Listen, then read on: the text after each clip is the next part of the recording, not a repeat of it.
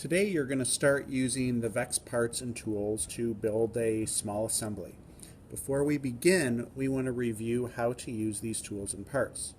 So we've laid out two VEX parts, as well as an Allen wrench, a screw, and a kep nut. You'll notice the nut on one side has some prongs to grab whatever you're screwing or attaching. Now we're going to try and attach two pieces.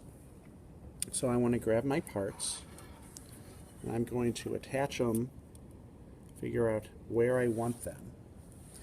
And I'm going to start by putting the screw in the location that supports the most.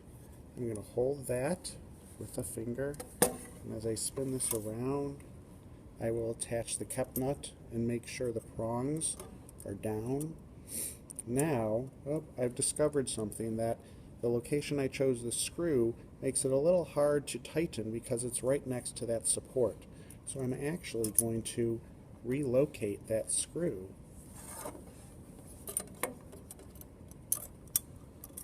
into an area that's a little easier to tighten. I'll hold that in place, I'll flip it around, and I'm going to attach again the side with the prongs.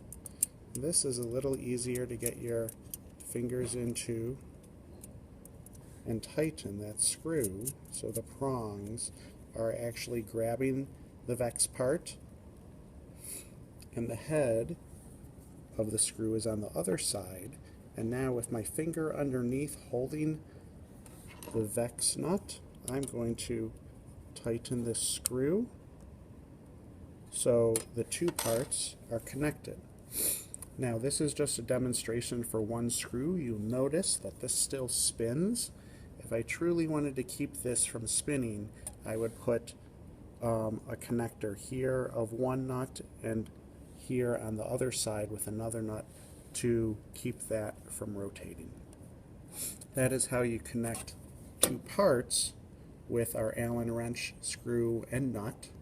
And now, if I wanted to loosen them and take them apart, I'm going to hold my finger here so the nut does not spin, and on the other side I would use my Allen wrench. Make sure you have the right size.